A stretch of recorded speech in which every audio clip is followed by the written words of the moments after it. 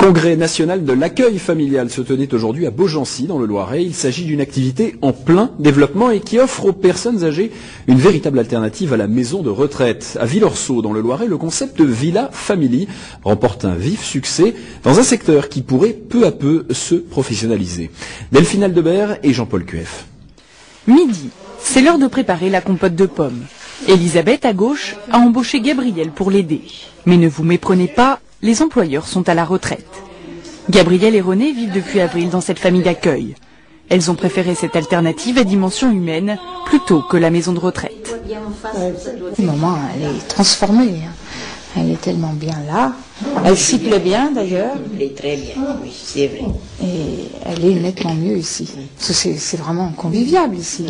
Nous, on y vient avec mes sœurs, on y vient presque tous les jours.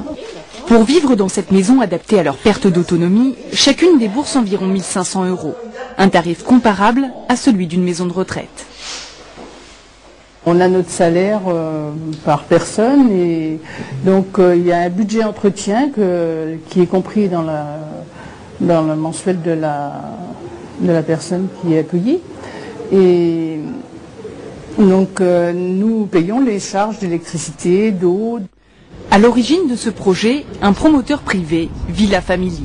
La commune cède des terrains pour 1 € et le constructeur livre clé en main les logements. Il est le seul en France sur ce marché.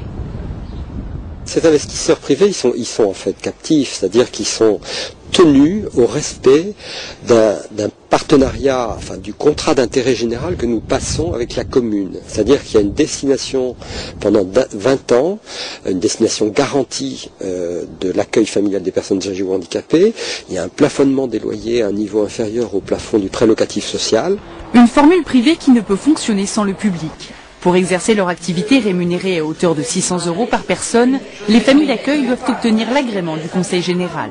Il y a une forme d'arbitraire, ça relève plutôt du champ de l'opinion que du champ du factuel dans leur mesure de faire, et qu'il y a un certain nombre de démarches administratives à faire qu'il faut remplir pour pouvoir être accueillante familiale, mais ensuite l'appréciation de votre compétence et de vos aptitudes à être accueillante familiale relèvera de l'appréciation d'individus qui n'ont pas d'outils formels pour observer si vous êtes qualifié ou pas pour faire ceci. L'activité officiellement reconnue depuis mars est très peu encadrée. Pas de véritable statut ni de formation poussée.